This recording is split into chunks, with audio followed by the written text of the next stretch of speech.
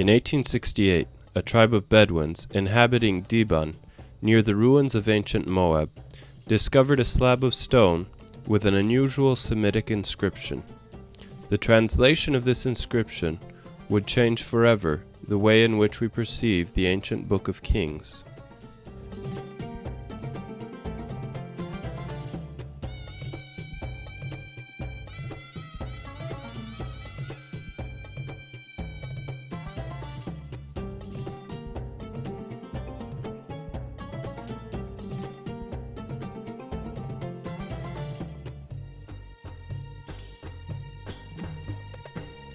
In order to better understand the significance of this find, we must travel over 2,800 years into the past, to a time when Jehoram, the son of Ahab and grandson of Omri, was the king of Israel.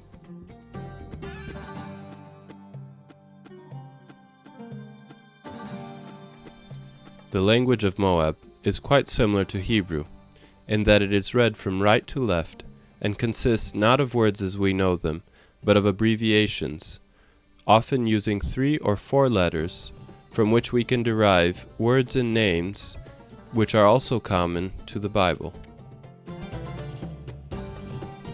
So it is that we find the name Omri, the king of Israel who originally subjected Moab.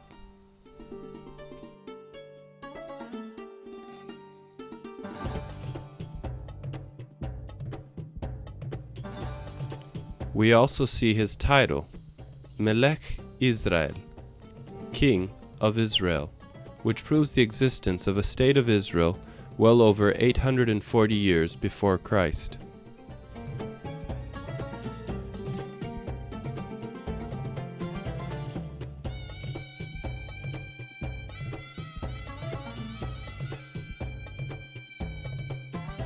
But even more interesting, we find the 4 letters that indicate the name of the God of Israel, a name which means simply, I am.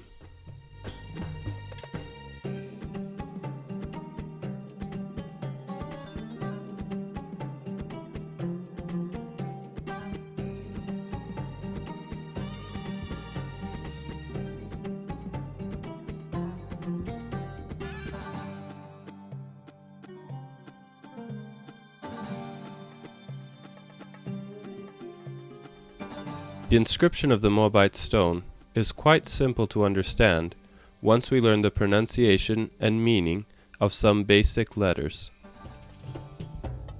We find the letters Aleph, Nun, Kaf, which are pronounced Anoki, and also mean I am.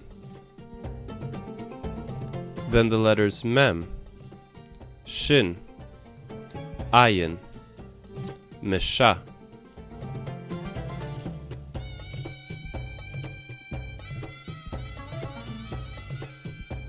Bet, Nun, pronounced Ben.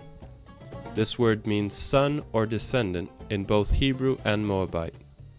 Kaf, Mem, Shin, Chemosh, name of one of the gods of Moab.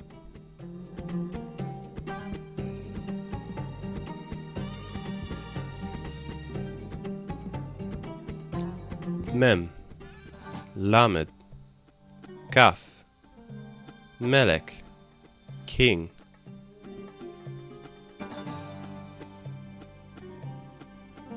Mem, Aleph, Bet, Moab.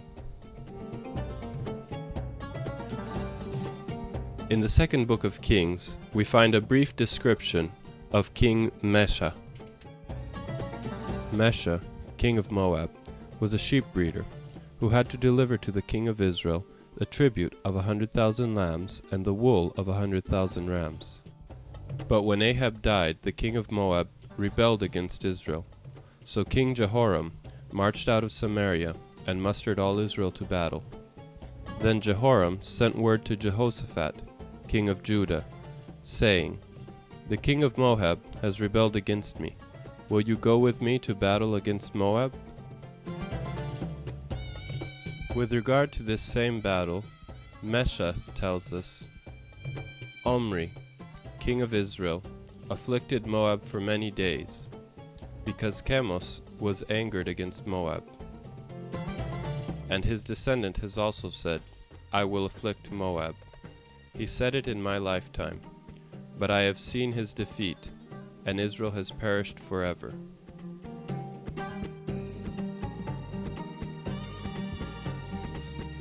Now the men of Gad had inhabited the city of Gadaroth in Moab since the ancient times, for the king of Israel had built Gadaroth.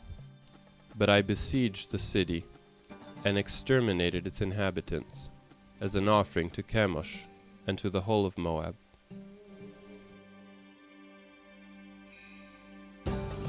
A brief glimpse at the Book of Kings in the Bible reveals the rest of the story of this tragic battle.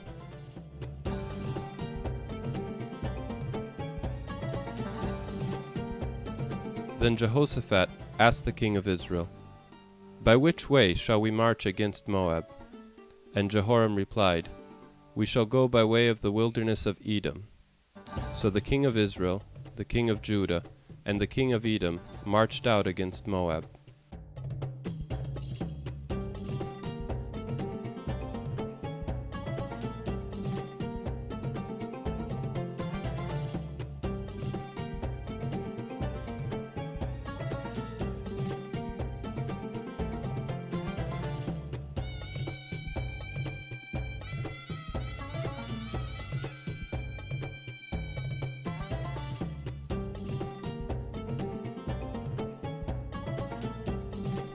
Now when the king of Moab saw that the battle was not going in his favor, he took with him 700 swordsmen, in an attempt to break through to the king of Edom. But when this also failed, he took his son, his firstborn, who was to reign after him, and sacrificed him on the walls as an offering.